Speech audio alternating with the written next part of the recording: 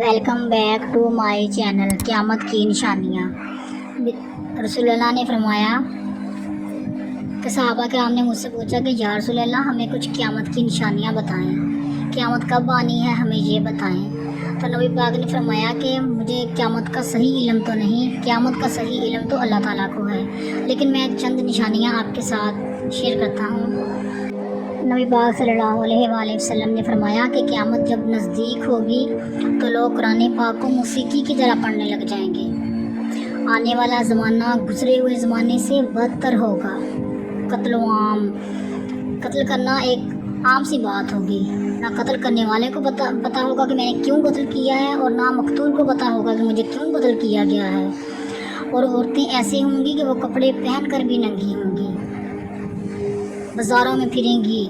इतना बारीक कपड़ा होगा कि उनका सारा जिस्म नज़र आता होगा। साल ऐसे लगेंगे जैसे महीने की तरह हैं, महीने ऐसे लगेंगे जैसे दिनों की तरह हैं, दिन ऐसे लगेंगे जैसे घंटों की तरह गुजर रहे हैं। इतने छोटे हो जाएंगे। लोग झूठी हदीसें बयान करने लग जाएंगे।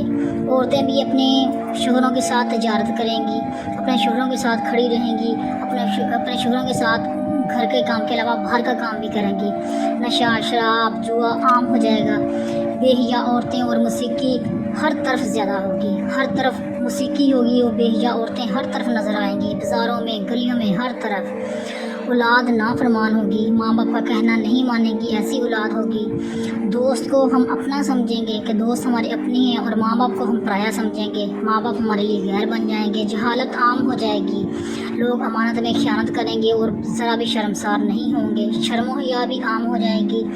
ज़कात तो लोग देंगे, लेकिन ज़कात को लोग तमान समझेंगे। जिनको ज़कात नहीं भी बनती वो भी ज़कात के लिए कहेंगे कि हमें ज़कात दें। ऐसे हो जाएगा। ज़कात को लोग तमान समझेंगे। औरतें ज़्यादा हो जाएंगी मर्दों की निस्बत। औरतें इतनी ज़्यादा हो जाएंगी कि एक एक मर्द को 50-50 औरतों से निकाह करना पड़ेगा। लोग जो हैं बीवी की फरमाबरदारी करेंगे और माँ के नाफरमान हो जाएंगे। माँ का कहना नहीं मानेंगे, बीवी का कहना मानेंगे। बीवी सबसे अहम होगी, माँ बाप पीछे रह जाएंगे। एक क़यामत की निशानियों में से एक निशानी ये भी थी कि एक ऐसी बीमारी आएगी जो आधी दुनिया को ख़त्म कर देगी। मेरा तो ख्याल है ये कोरोना वायरस जो चला हुआ था ये इसी की एक निशानी है।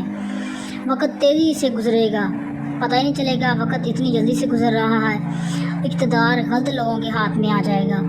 लोग बुलंद इमारतें बनाने लग जाएंगे, इतनी बड़ी बड़ी इमारतें बनाएंगे। नबी पाक ने फरमाया कि लोगों की उम्र उस वक़्त 60 साल होगी। सहाबा कराम को बताया कि 60 साल होगी और वो लंबी लंबी बड़ी बड़ी ऊंची ऊंची इमारतें बनाएंगे। तो सहाबा कराम ने फरमाया कि सिर्फ 60 साल उनकी उम्र होगी।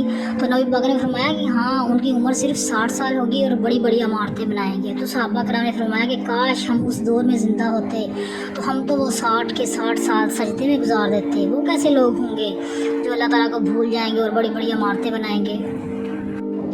एक और सबसे बड़ी निशानी जो नबी पाक ने बताई थी वो दखान है। दखान एक धुआं है जो मशरक़ से, जो ज़ाहिर होगा मशरक़ से और मगरब तक छाया जाएगा।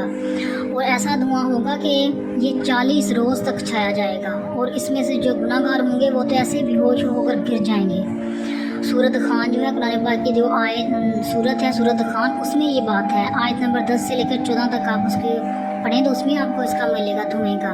फिर जो नबी पाक ने दज्जाल का बताया कि दज्जाल आएगा। दज्जाल एक नौजवान होगा, भारी भरकम जिस्म होगा उसका, उसकी रंगत सुर्ख होगी और वो उसकी एक आँख नहीं होगी। बाल उसके छोटे छोटे होंगे लेकिन घुंघराले होंगे। सवारी तो उसके पास होगी लेकिन उसके पास गधा होगा, वो गधे पर सवार होगा।